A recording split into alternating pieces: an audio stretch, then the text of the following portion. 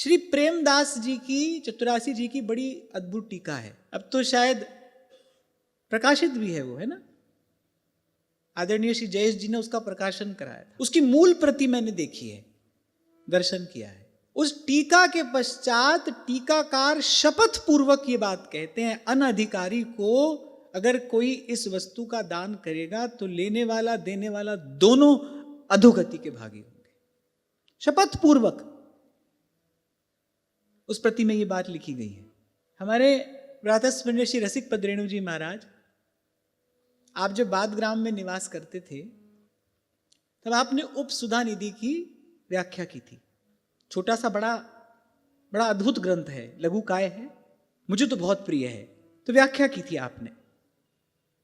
श्री उड़िया बाबा जी महाराज के आश्रम में महाराज श्री को पूज्य श्री पंडित जी महाराज का दर्शन हुआ, तो आपने वो ग्रंथ एक प्रति उनको भेंट की। खोला, एक श्लोक देखा और सादर महाराज श्री को लौटा दी कि हम इसके अधिकारी नहीं हैं। अब आज क्या है ना, अब तो सब कुछ उपलब्ध है, जाओ ले आओ। लेकिन क्या ऐसे उस सूक्ष्म देश में मनहु की जहां गति नहीं तहां निकासे गाद पहुंच जाएंगे ऐसे? कोई तंत्र मंत्र नहीं है, कोई टोना टोटका नहीं है, कोई जड़ी बूटी नहीं है, कोई विधि उपाय नहीं है। एक किशोरी कृपा ते जो कछु होए सो होए, काहू की बस नाई। स्वामी जी कहते हैं, तुम्हारी कृपा ते सब होए बिहारी बिहारिन। किसी भी प्रकार से ये जो जीव है ये उस रस के चिंतन का अधिकारी नहीं है।